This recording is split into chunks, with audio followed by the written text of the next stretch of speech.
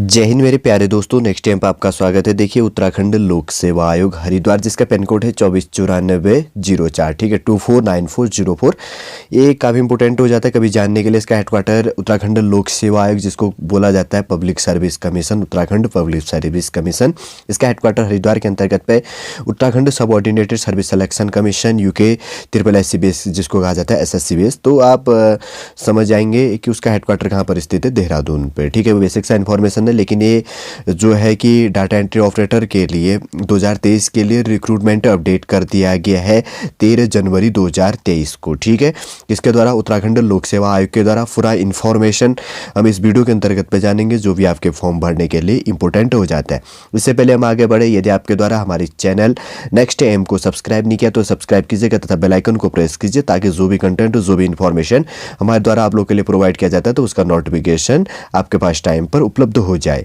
देखिए, जैसे कि हमने कहा कि जो उत्तराखंड लोक सेवा आयोग है हरिद्वार के द्वारा क्या कर दिया गया है, डाटा एंट्री ऑपरेटर उत्तराखंड लोक सेवा आयोग 2023 बेस में 13 जनवरी 2023 को पोस्ट अपडेट कर दिया गया है, ठीक है। बात करते हैं विज्ञापन प्रकाशन की तिथि 13 जनवरी 2023 को।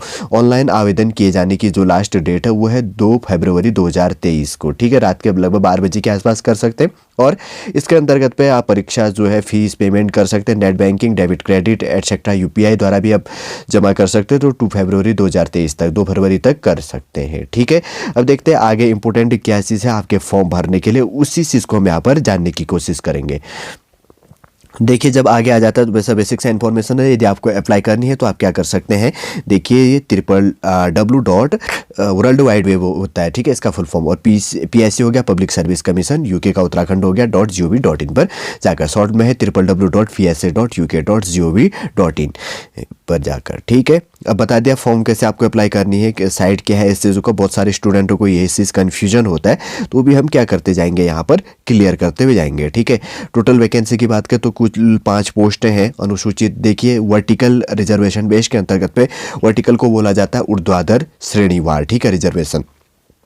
अनुसूचित जाति के लिए 1 पोस्ट है, अनुसूचित जनजाति के लिए कोई पोस्ट नहीं है, अन्य पिछड़ा वर्ग के लिए 1 पोस्ट, आर्थिक रूप से कमजोर वर्ग के लिए 1, और अनारक्षित के लिए 2 पोस्ट है। टोटल कितनी होगी, 5 पोस्ट है इसके अंतर्गत पर हो गया, ठीक है। अब बात करेंगे यहाँ पर ओरिजेंटल बेस के अंतर्गत पे, जिसको बोला जाता है 37 श्रेणीवार रिजर्वेशन की बात करें तो उसमें भी 1 पोस्ट रिजर्व है, किसके लिए, उत्तराखंड महिला के लिए। ये चीज़ भी आपको ध्यान रखना है, ठीक है। अब बात करें तो इसके अंतर्गत पे इंपॉर्टेंट क्वालिफिकेशन आपकी क्या होनी चाहिए।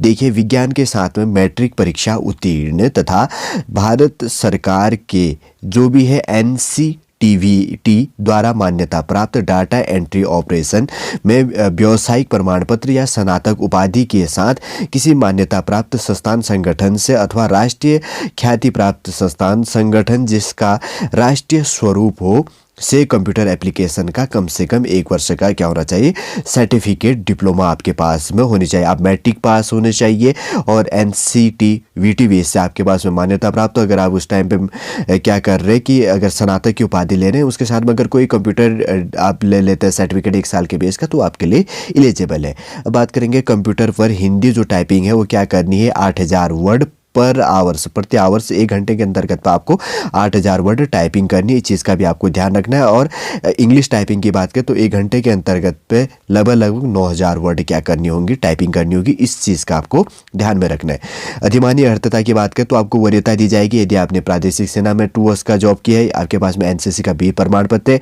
3rd नंबर की बात करें तो NSS का C प्रमाण पत्र, अगर आपके पास में NCC का B प्रमाण पत्र, NSS का C प्रमाण पत्र और प्रादेशिक सेना में 2 वर्ष का आपने जॉब की है, तो आपको क्या होगा, अगर सेवा दी है तो आपको वरीयता इसके अंतर्गत पर दिया जाएगा, ठीक है। समूह के पद पर भर्ती के लिए अन्य क्या कहा गया, अनिवार्य वांछनीय अर्हता की बात करें तो ये चीज़ आप पढ़ लेना, लेकिन इंपॉर्टेंट रूप से क्या है, यही आपके लिए मांगा गया है, ठीक है। चलिए अब आगे बढ़ते हैं और चीज़ें। एज लिमिट की बात करें तो काफ़ी इंपॉर्टेंट हो जाता है। आपकी आयु सीमा 18 से लेकर 42 वर्ष मांगी गई है। इस प्रकार आयु की गणना जो है आपकी क्या की जाएगी, जो डेट है 1 जुलाई 2023 को अभ्यर्थी की न्यूनतम आयु 18 वर्ष और अधिकतम क्या होनी चाहिए, 42 वर्ष होनी चाहिए। अर्थात आपका जो डेट ऑफ बर्थ है 1 जुलाई 2005 से लेकर 2 जुलाई 1981 के बीच में होनी चाहिए, उससे आगे पीछे नहीं होना चाहिए, नहीं तो आप एलिजिबल नहीं होंगे, ठीक है। जो है मिनिमम एज लिमिट 18 साल और मैक्सिमम 40th, सेकंड 42 साल। आपकी एज की गणना मिनिमम 1 जुलाई 2023 को 18 साल और मैक्सिमम 1 जुलाई 2023 को 42 साल होनी चाहिए। देखिए अधिकतम आयु जो सीमा छूट है, जो भी यहाँ पर रिजर्वेशन दिया जाता है तो उसमें क्या किया जाएगा, छूट दी जाएगी। इस चीज़ का भी आपको ध्यान में रखना है, ठीक है। जो भी रिजर्वेशन बेस के लिए इतना हम यहाँ पर डिस्कस नहीं करेंगे। अभी आगे बात करते हैं। उसके बाद में जो इंपॉर्टेंट है वो तो जब आपका सिलेक्शन हो जाएगा तो तब है। उसके बाद में ऑनलाइन प्रोसेसिंग मैंने बता दिया कि आपको साइट पर जाकर कैसे अप्लाई करनी है, ठीक है। साइट का भी बता दिया। देखिए अगर फॉर्म फीस की बात करें तो अनरिजर्व कैटेगरी के लिए टोटल जो फॉर्म फीस पड़ रहा है 176.55 है, इतने मतलब 176 रुपये हाइस्ट। और कैटेगरी वाइज आप देख सकते हैं अन्य पिछड़ा वर्ग के लिए भी वही है 176.5 इतना पैसा जो भी हो गया। अनुसूचित जाति जनजाति के लिए 86 रुपये समथिंग है 0.5। और उसके बाद में उत्तराखंड आर्थिक रूप से कमजोर वर्ग के लिए भी 176.55।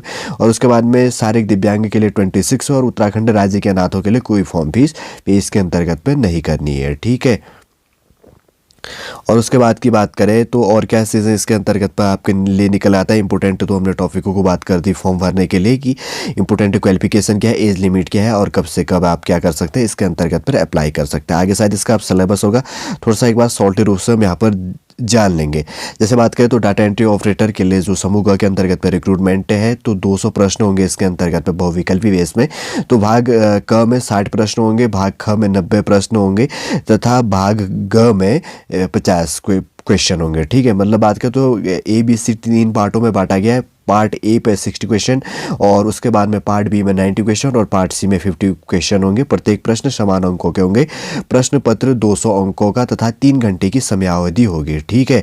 अगर बात करें तो 180 मिनट के अंतर्गत पर आपको 200 क्वेश्चन सॉल्व करने। Part A part B part C में बांटा होगा। पार्ट ए में 60 क्वेश्चन और पार्ट बी के अंतर्गत में 90 क्वेश्चन और पार्ट सी में 50 क्वेश्चन इसके अंतर्गत पे होंगे। अगर बात करें तो कंप्यूटर इसके अंतर्गत पे बेसिस है। पार्ट फर्स्ट के अंतर्गत पे कंप्यूटर बेस से आप लोग के लिए क्वेश्चन पूछा जाएगा। और उसके बाद की बात करें तो पार्ट बी के अंतर्गत पर भी वही कंप्यूटर बेस का है, थोड़ा सा एडवांस और चीज़ें इंक्लूड हो जाएगा जैसे कि विंडो क्या है, सॉफ्टवेयर का सूट क्या होता है एटसेट्रा। यहाँ पर ऑब्जेक्टिव टाइप क्वेश्चन है एटसेट्रा। आप पढ़ लेना है सिलेबस पॉज करके, मैं थोड़ा सा धीरे से यहाँ पर स्क्रॉल कर रहा हूँ, ठीक है। अगर बात करें तो उसके बाद में पार्ट सी जो है तो पार्ट सी के अंतर्गत पर उत्तराखंड से संबंधित सामान्य क्वेश्चन आपके लिए पूछा जाएगा। अगर बात करें तो जैसे कि इनके द्वारा कहा गया कि पार्ट ए पार्ट बी के लिए तो पार्ट ए के अंतर्गत पे 60 क्वेश्चन है, वो भी कंप्यूटर बेस का। पार्ट बी के अंतर्गत पर भी 90 क्वेश्चन कंप्यूटर का है। लेकिन पार्ट सी जो है 50 क्वेश्चन तो आपको उत्तराखंड जीएस का पूछा जाएगा। जैसे कि यहाँ पर आप स्क्रीन पर देख रहे होंगे, मैं धीरे से स्क्रॉल कर देता हूँ आपके लिए कि आप क्या कर सके इसका स्क्रीनशॉट ले सके। पार्ट बी के अंतर्गत पर भी देखिए जैसे विंडोज़ से बेस में टॉपिक है, कंट्रोल पैनल के बेस के अंतर्गत पे है और ऑफिस ऑटोमेशन बेस के अंतर्गत पे और वर्ड प्रोसेसिंग जो सॉफ्टवेयर है उससे यहाँ पर टॉपिक रिलेट किया गया। फिर स्प्रेडशीट सॉफ्टवेयर हो गया, फिर उसके बाद में प्रस्तुतिकरण सॉफ्टवेयर, डाटाबेस सॉफ्टवेयर आप देख सकते हैं, ठीक है। पार्ट बी का जो है अगर बात करें तो कंप्यूटर उसके बाद में कंप्यूटर ही related part A part B, जैसे बार बार मैं रिपीट कर रहा हूँ। तो पार्ट सी के अंतर्गत में जो है वो है उत्तराखंड जीएस के लिए। आप उत्तराखंड जीएस के लिए एक अच्छी सी किताब लेके पढ़ लेना, उसमें से आपके लिए 50 क्वेश्चन जो भी है 50 नंबर का तो क्वेश्चन है वहाँ पर रिलेट करेगा, ठीक है। ये टॉपिक ध्यान रखना। और उसके बाद की बात करें तो प्रयोगात्मक केवल उसके बाद में जब आप एग्ज़ाम क्वालिफाई कर लें तो तब जैसे कि मैंने पहले कहा कि आपको जो हिंदी टाइपिंग करनी है तो हिंदी टाइपिंग 8000 वर्ड पर आवर्स के बेस में टाइपिंग करनी है। और उसके बाद में और अगर इंग्लिश टाइपिंग की बात करें तो 9000 वर्ड पर मिनट के बेस में आपको टाइपिंग करना होगा, ठीक है। फिर उसके बाद में जो लास्ट मेरिट बनेगा तो तब आपका सिलेक्शन किया जाएगा। वही है कि ये जो सिलेबस है इंग्लिश में इनके द्वारा बताया गया है। अगर बात करें तो इनका जो है अभिक्षमता प्रतियोगिता परीक्षा जो है वस्तुनिष्ठ प्रकार का आयोजन निम्न नगरों पे किया जाएगा। इसका एग्ज़ाम सेंटर होगा सबसे पहले एक हरिद्वार के अंतर्गत पे और दूसरा हल्द्वानी के अंतर्गत पे, ठीक है। हरिद्वार में हरिद्वार है और हल्द्वानी नैनीताल डिस्ट्रिक्ट के अंतर्गत आता है।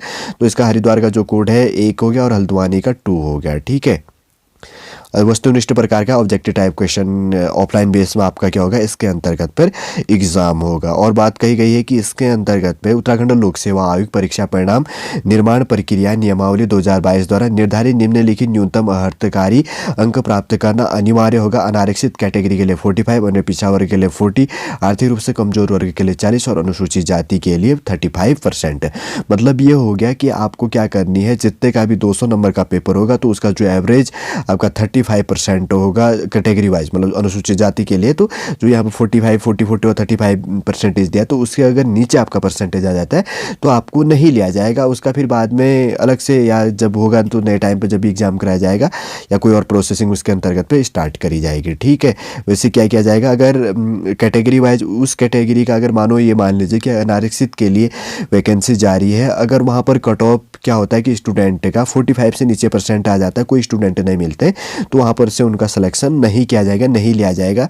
या इन फ्यूचर जब होगा नया रिक्रूटमेंट तब जारी किया जाएगा तो तब लिया जाएगा, या कोई बाद में एग्जाम करवाया जाएगा तो उस बेस से लिया जाएगा, एटसेट्रा। जो भी हो प्रोसेस वो लोक सेवा आयोग पर डिपेंड करता है। ठीक है, बेसिक सा इन्फॉर्मेशन आपने समझ दिया होगा। जो कंप्यूटर डाटा एंट्री ऑपरेटर के लिए 5 पोस्टों के लिए जो यहाँ पर रिक्रूटमेंट उत्तराखंड लोक सेवा आयोग के द्वारा जारी किया गया, जिसको बोला जाता है उत्तराखंड पब्लिक सर्विस कमीशन। तो जो भी आपके फॉर्म भरने के लिए इंपॉर्टेंट इन्फॉर्मेशन था, सॉलिड रूप से हमारे द्वारा आप लोग के लिए प्रोवाइड करने की कोशिश की गई है। उम्मीद करूंगा दोस्तों आज का इन्फॉर्मेशन आपको समझ में आया होगा। यदि आज का इन्फॉर्मेशन आपको अच्छा लगता है, लाइक कीजिए, कमेंट कीजिए और हमारे चैनल नेक्स्ट टाइम को सब्सक्राइब कीजिएगा। वापस हम नेक्स्ट क्लास के अंतर्गत आपसे मिलेंगे। जय हिंद, जय भारत।